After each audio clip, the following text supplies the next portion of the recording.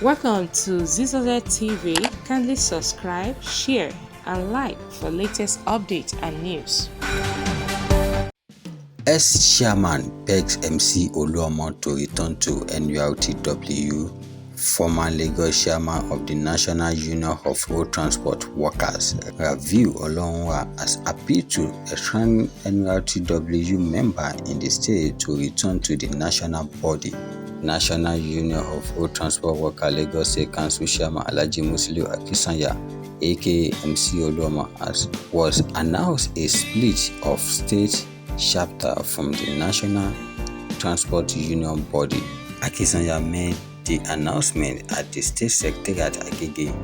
Former Lagos chairman of the National Union of Road Transport Workers, Oluomo, has appealed to a strange Nurtw member in the state to return to the national body.